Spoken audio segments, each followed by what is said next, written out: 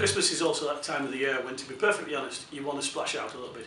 I mean, let's face it, you spend the entire month of December running around after in-laws, after family, after kids, parents, Christmas cards, lists, special presents, and you get to Christmas Day itself, so why skimp? So what I'm going to show you today is basically a luxury concoction of wines, ports, Madeiras. It's basically the ultimate selection. So where do we go? We kind of start at £20 odd a bottle here. I'm going to show you one of my all-time favourites. This is Gran Reserva Rioja, and it's Don Jacobo. It sounds really, really corny. The wine inside is just delicious. And you're talking something that's so soft and creamy and mellow and virtually tannin free. It really should be called opal fruits. Beautiful, beautiful style of wine. Perfect with lamb, perfect with turkey. Anything that's got just that little bit of what I would call a rich gravy style of flavour to it. So incredible. The other use for Riojas, especially the Gran Reservas of this style, are with the hard cheeses. Now again, Rioja comes in several styles. The penultimate style is Gran Reserva, and Gran Reserva is really all I major on. Gran Reserva means that the wine has been aged in oak for a minimum of 5 years, usually 8 years, prior to bottling. And the longer the wine is in oak, the softer it becomes, the more vanilla it takes from the oak, and the more caramel the flavour. Anyway, that's Don Jacobo. Now, should we go to the other extreme? We'll go from one to the other. Now this is actually one of my presents for my wife this Christmas, so she's going to see it on the Fat Chat show. It's called Opus One, and it's a joint wine between top French vineyard and top Californian vineyard. It's exceptionally rare, it's exceptionally expensive. This is around about £190 a bottle. When you take the top off and you taste it, you understand why. It is the ultimate, it's almost a textbook example of what a Cabernet Sauvignon should be. Really, really rich blackcurrants, very, very strong kind of cassis flavour, a little bit of ripe berry on the back palate. There is no tannin whatsoever present. It's got the depth of flavour. It's really, really complex style. It can be drunk on its own. It can be partnered with quite a heavy red meat dish.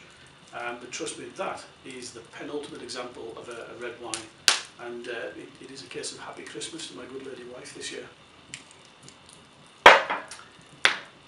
Now the French. Don't we all love the French? We all love the French, and we all know that they make fantastic wines. And thanks to various news stories and things over the years of them burning land, how many people have stopped drinking French wine? Well, you're making the biggest mistake of your life. The French make some of the most fantastic wines in the world. Yes, they make some of the most expensive. They also make some of the world's most easily accessible. And Margaux is a region of Bordeaux that is probably one of the most accessible wines you'll ever come across. What do I mean by accessible? In the world of wine, sometimes the wines can only be partnered with food, sometimes they have to be decanted, sometimes they have to be breathed, sometimes they have to be raised to the correct temperature.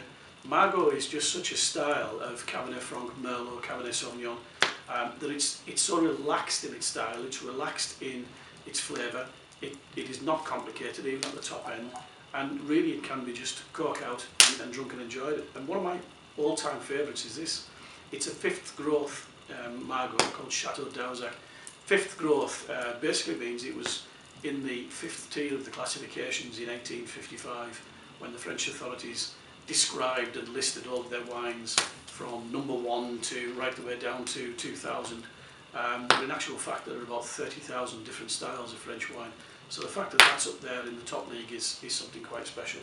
And you're talking around about the £30 mark for a Chateau d'Auzac. If you're looking for just a normal wine to drink, a straightforward upmarket wine for Christmas without going too far, look for something from the Napa Valley. Now, with Napa Valley wines, you'll always pay £15 to £20 or upwards. The reason for that is that the land itself is the most expensive real estate in the country, in America. And instead of building houses and mansions, what they do is farm grapes. So naturally, everything that comes off those vineyards is going to be expensive. But what it's also going to be is extremely smooth. The soil at Napa Valley is perhaps the richest, the most easiest style for vine growing ever.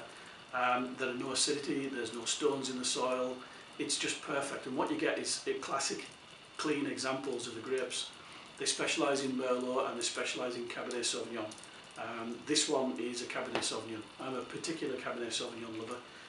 Prime reason for that is that Diane's not that keen, so I tend to get more when we open a bottle.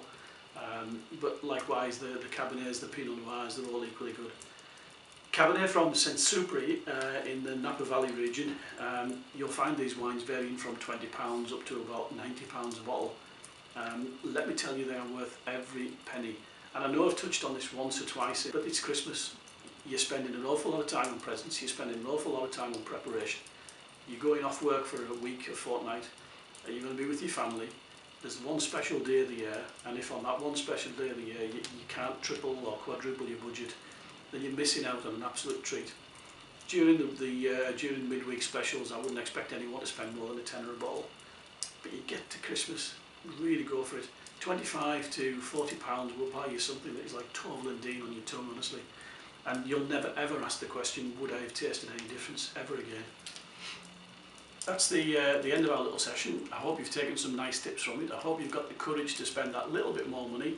My name again is Gerard Richardson, and well, I don't know which one of these to pick up and put down, so we'll have them both. Merry Christmas, and thank you for watching the Fat Chat Show.